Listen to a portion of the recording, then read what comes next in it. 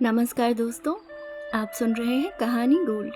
आइए सुनते हैं डॉक्टर सूर्यबाला जी की लिखी कहानी फरिश्ते।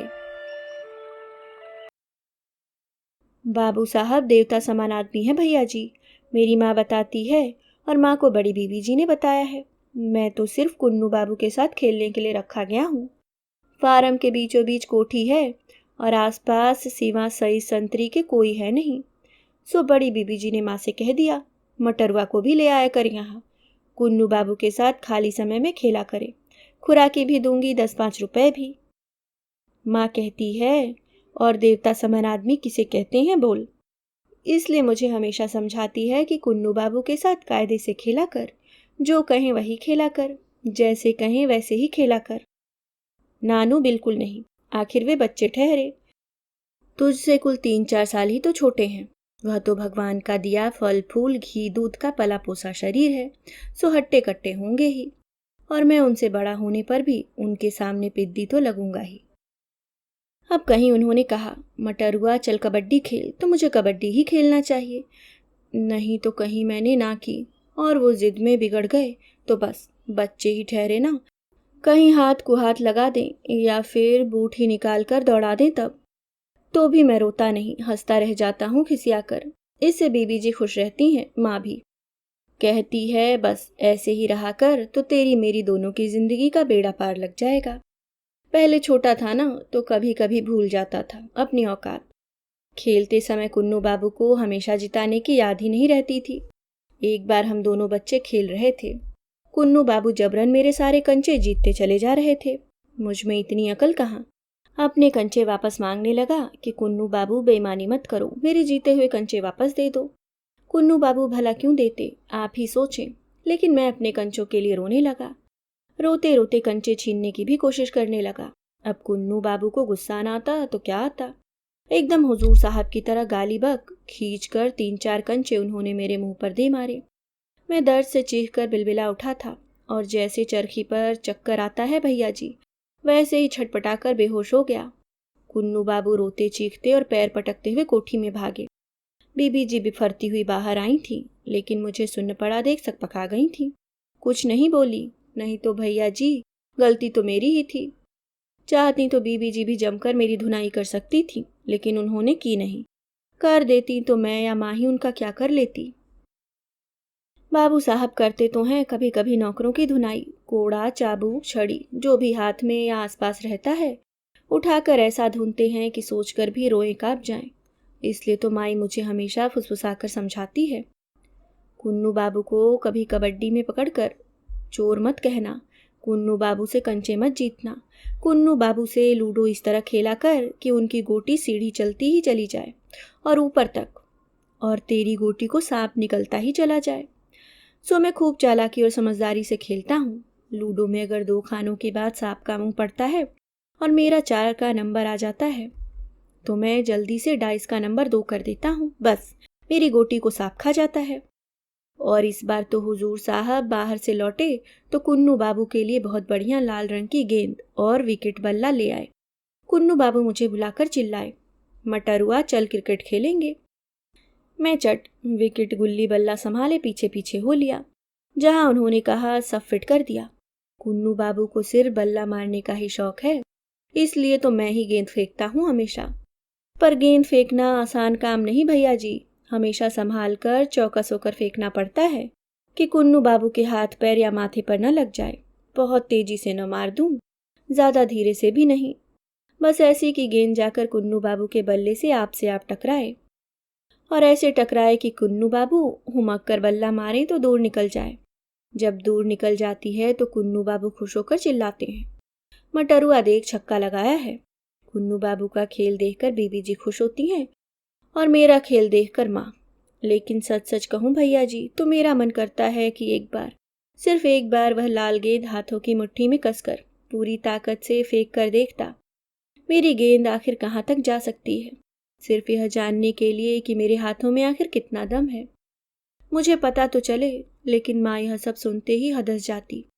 नहीं, तू अपना दम कभी नहीं आजमाना मटरुआ, कभी नहीं। तेरा काम खेलना नहीं सिर्फ खिलाना है कुन्नू बाबू को, तुझे खिलाने की ही तो खुराकी मिलती है। सो तो है ही, बीबी जी माँ से कहती हैं कुन्नू को तो हम लोग हज़ारों रुपए महीने के स्कूल में भेज सकते थे, लेकिन मैं बाबू साहब के सामने रोने गिड़गिड़ाने लगी। आखिर एक ही तो है ले दे के, अपने ही पास रखेंगे, यहीं रख कर खेल कूद पढ़ाई लिखाई सब में आगे निकाल देंगे, चाहे पैसा पानी की तरह ही क्यों न बहाना पड़े। माँ फौरन निहाल होकर दोनों हाथ आसमान की तरफ उठा कुन्नू बाबू, बाबू साहब, बीबी जी और कोठी की सलामती की दुआ मांगने लगती है। कोठी नहीं देखी ना अपने भैया जी, माँ कहती है सुरंग है सुरंग, कोठे पर कोठे, गच्चे पर गच्चे, जाने कितनी छतें छुदत्तियाँ, ठंडी गरम मसीने। अभी ही बीबी जी के बहन बहनोई और कई मेहमान लोग आएंगे, उन्हीं कमरों में ठहरेंगे। तमाम तामझाम, बर्फ लस्सी, मिठाई, फलों की टोकरियाँ। सांझ को सब हंसते बोलते छत पर बैठेंगे। बाबू साहब जब ज़्यादा खुश हुए तो कहेंगे, मटरुआ चल जरा अपना बिरहा या कजरी सुना तो। मैं ज़रा भी हिचका सकुचाया या देर हुई तो बाबू साहब गरज उठते हैं, अबे चल सुअर, इतना मनौना काहे को करा रहा है, दूंगा एक हाथ खींचकर तो घिग्घी बन जाएगी, अहमक कहीं का। मैं डर के मारे जल्दी से कभी कान पर हाथ रखकर आल्हा बिरहा गाने लगता हूँ, कभी कमर पर हाथ रखकर अहिरऊ नाचने लगता हूँ। सब लोग हंस हंस कर बेहाल हो जाते हैं, कोई कोई खुश होकर 25-50 पैसे भी हाथ पर धर देते हैं। उन्हें हंसते देख खिसियाहट सी होती है, लेकिन पास बैठी माँ को आंचल मुंह पे रखे धीमे धीमे खुश होते देखकर अच्छा लगता है। और फिर हंसते तो भैया जी लोग मेरी सूरत शक्ल, लिबास, बोलचाल सभी पर हैं, क्योंकि मैं हमेशा कुन्नू बाबू के उतरे पुराने कपड़े पहने रहता हूँ, जो मेरे बदन पर चारों तरफ झूलते रहते हैं। नाम भी मटरुआ। पहले कोठी पर आए बच्चे हंसते चिढ़ाते थे तो रोता खिसियाता भाग कर अपने टटरे में घुस बैठ जाता था। पर कहा ना, अब मैं बच्चा नहीं रहा। माँ से बहुत तरह की बातें सुनकर होशियार हो गया हूँ। माँ बताती हैं कोठी के उसी ऊपर वाले ठंडे कमरे में तो कत्ल हुआ था, अभी नहीं बहुत दिन पहले, जिसके जुर्म में मेरा बाप पकड़ा गया था। किया नहीं था भैया जी मेरे बाप ने वह कत्ल। माँ बताती है गंगा जली उठाकर कि सब जानते हैं, बाबू साहब भी। बाप तो मेरा मड़ैया में सोता था, पर बाबू साहब ने आधी रात उठवाकर बुलवाया, समझाया कि पुलिस दरोगा को खबर लग गई है, चुपचाप जुर्म कबूल कर चला जा। मेरी इज्जत का सवाल है ना, फिक्र न करना बिल्कुल, 10-15 दिनों के अंदर ही रिहा करवा लूंगा।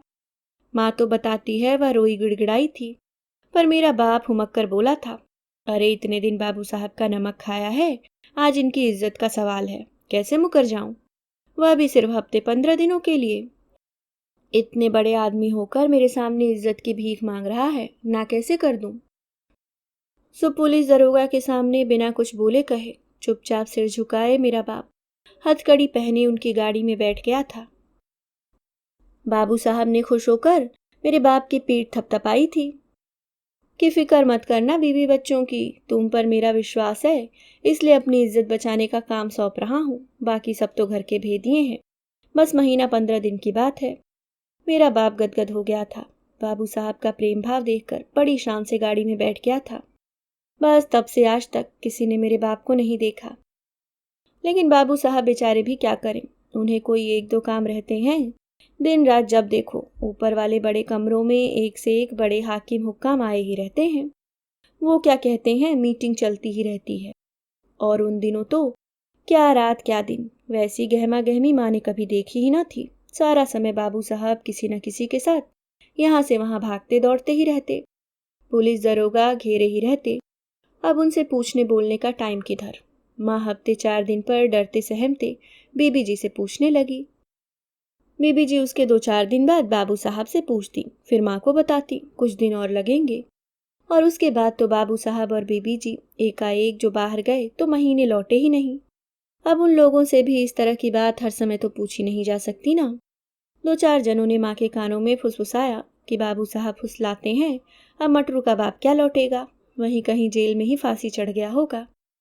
माँ बीबी जी के सामने एक दिन रोई तो बाबू साहब फुफकार उठे, उससे पूछो कही किसने यह बात। माँ किसका नाम बताए, किससे दुश्मनी मोल ले। जानती थी होगा कुछ नहीं, बस बाबू साहब उस आदमी को मार मार कर चमड़ी उधेड़ देंगे। बाबू साहब से ज्यादा सच कौन बोलेगा। उन्होंने कहा तो बहुत दूर के किसी जेल में है मेरा बाप, अब टाइम लगेगा ही, तब से कितने नौकर आए गए, पर हम दोनों की खुराकी चल ही रही है ना। अब यही देखिए। बीबी जी बाबू साहब यहाँ अस्पताल तक आए। बीबी जी ने मुझसे बात भी की, समझाया कि सब संयोग है मटरुआ, तू तो गिरा अपने से ही ना, कुंदन तो बच्चा ठहरा, खेल खेल में डाल हिला दिया, तूने बेवकूफ़ी कर दी, डाल तो तुझे पकड़े ही रहना था ना, खैर तू ठीक हो जाएगा। यही तो मैं भी माँ से कहता हूँ भैया जी, पर वह समझे तब ना। वह तो जब कोई नहीं होता तब मेरी आंखों पर हथेलियाँ फेर डहक डहक कर रोने लगती है। मैंने उसे समझाया कि एक आंख से भी उतना ही देख सकते हैं जितना दूसरी से, और पैर के लिए तो डॉक्टर लोगों ने कहा ही है कि हड्डी जुड़ जाएगी, और मैं एक पैर से मचक मचक कर आराम से जिंदगी बसर कर सकता हूँ। लेकिन माँ को जैसे ये सब बातें समझ में ही नहीं आती। बीबी जी भी कितना ख्याल रखती हैं मेरा। उस दिन थर्मस में दूध और पाव रोटी लाई थी मेरे लिए, निकाल कर मुझे देने लगी तो मैं भचक्का हुआ, बॉर्डम सा उन्हें देखता ही रह गया। लेकिन तब तक तो फोटोग्राफर ने फटाक से फोटो खींच ली और मुझसे बोला, अरे जानता क्या है बॉर्डम, तेरी फोटो शहर के अखबार में छपेगी। मैं और माई दोनों निहाल हो गए। बाबू साहब भी लंगड़दीन कहकर मुझसे बड़े प्यार से बोलते हैं। क्यों बे लंगड़दीन, खूब मजे से कट रही है ना? तोड़ ले नरम बिस्तर, हाँ। फिर साथ आए अपने बहनोई से हंसते हुए कहते हैं, भगवान जो करता है अच्छा ही करता है। अब यह देखो, अपंग वर्ष है ना, सो हमें घर बैठे ही अपंग सेवा का संयोग बिठा दिया, इस जमोड़े की टांग तोड़कर। और हो करके हंसने लगे। बाबू साहब को हंसता देखकर मैं और माई भी खुश होकर हंसने लगे। लेकिन एक बात मेरी समझ में नहीं आई भैया जी, मेरा जामुन के पेड़ से गिरना बाबू साहब के लिए कौन सा संजोग जुटा गया।